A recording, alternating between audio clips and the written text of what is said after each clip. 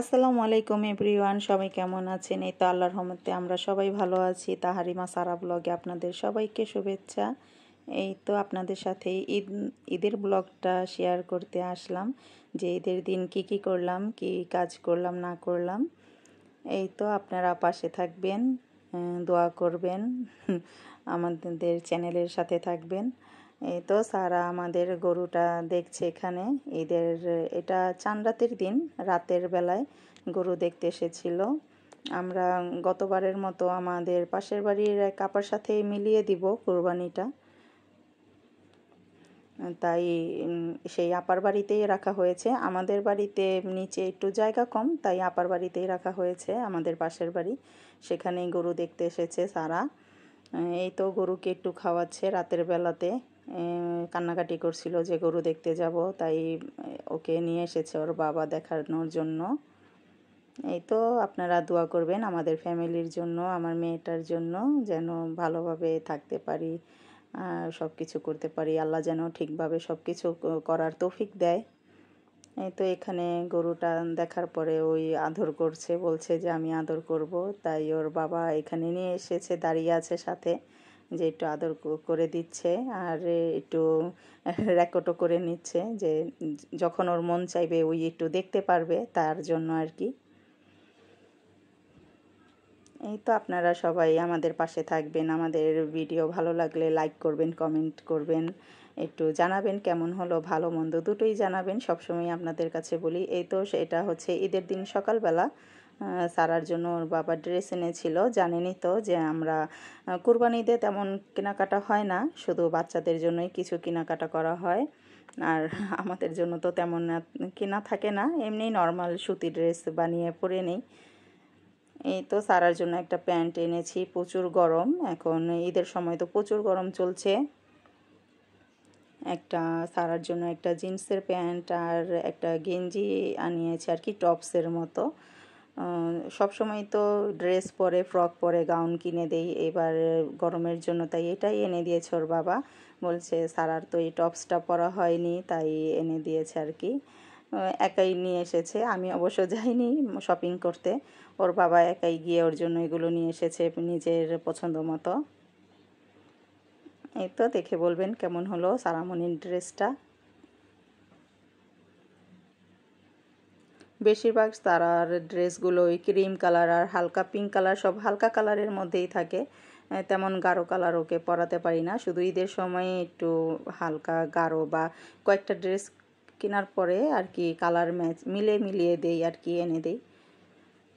এই তো সকালবেলা ওকে গোসল করিয়েছি, এখন রেডি করে দিব আমি। ওর রেডি করার পরে একটু ভিডিও করতে পারিনি, ওই সাথে সাথে গরুর সামনে চলে গিয়েছে আর কি, কসাই এসে পড়েছিল, তাই ওর আর ভিডিওটা করা হয়নি। এমনি পিকচার নিয়েছে শুধু কয়েকটা, আর দৌড়ে চলে গিয়েছে গরুর কাছে। গরুর জন্য সারাক্ষণ কান্না করেছে, কান্না করে একদম চোখ মুখটা ফুলিয়ে নিয়েছে আর কি। এই তো আলহামদুলিল্লাহ আমাদের কুরবানিটা হয়ে গেছে।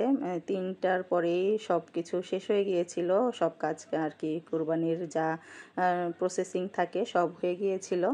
তারপর এখানে বাসায় মাংস আনার পরে তো রান্না করছি, একের পর এক সব কিছুই রান্না করব।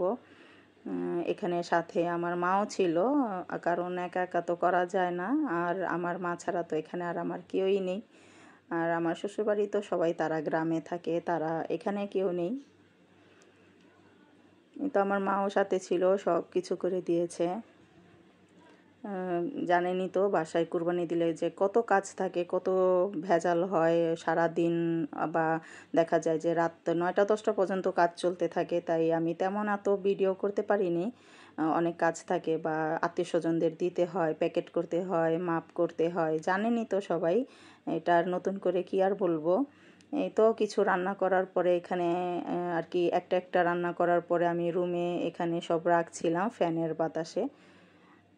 এখানে একটু মাংস আর কি এক একটা এক এক রকম করে রান্না করেছি, একটা একটু বেশি মশলা দিয়েছি, একটা একটু অল্প মশলা দিয়েছি, নানানভাবে আর কি রান্না করি আর কি। আর কলিজাটা আমি পুরোই রান্না করে ফেলেছিলাম, পুরোটাই। সারার বাবা বলছিল যে ফ্রিজে রাখলে ভালো লাগে না, তাই কোনো কিছুই ফ্রিজে রাখিনি আর কি। তাকে অল্প মশলা দিয়েও রান্না করে দিয়েছি। এটা একটু সাদা করে রান্না করেছি কোরমার মতো। আর কলিজাটাও পুরো রান্না করেছি। আর এখানে মাংস দুই রকম করে রান্না করেছি।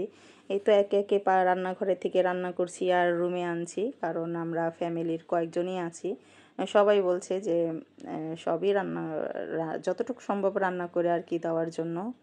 আবার বাসায় তো মেহমান আসবে, আত্মীয় স্বজন সবাই আসবে। এই তো ঈদের দিনের ব্লগটা আপনাদের সাথে শেয়ার করলাম, তেমন বেশি বড় না, ছোটোখাটোই। আপনারা পাশে থাকবেন, কমেন্টে জানাবেন কেমন হলো। নানান ব্যস্ততা নিয়ে সবার ঈদ কাটে, প্রচুর কাজ থাকে, কাজের মাঝেও সব কিছুই করতে হয়, খাওয়া দাওয়া, কাজ, মেহমান সব। এই তো এটা ছিল সকালবেলা পরের দিন। এখানে সারার বাবাকে আমি খেতে দিয়েছি, নাস্তা এনেছিল পরোটার মাংস। সারাকে তো আমি খাওয়াতেই পারিনি, শুধু গরুর জন্য কান্না করেছে। ও তো ছোট মানুষ, বোঝে না। আর ছেলে তো ঘুমিয়ে আছে, ওই উঠলেও পরে ওকে আবার নাস্তা দিব। এই তো এইভাবেই চলে যায় দিন, এভাবেই চলে যায় বছর। ঈদ আসবে, ঈদও চলে গেল। আল্লাহ যদি বাঁচিয়ে রাখে, আবার সামনের বছর আবার একটা বছর পর আসবে। এই তো সবার জন্য দোয়া করি, সবাই ভালো থাকুক, ঈদের দিন সবার ভালোভাবে কাটুক, সবার মনের আশা আল্লাহ পূরণ করে দিক, সবাই যেন ভালোভাবে থাকতে পারে। আজকে এই পর্যন্তই, সামনে নতুন ভিডিও নিয়ে আসবো। আল্লাহ হাফেজ।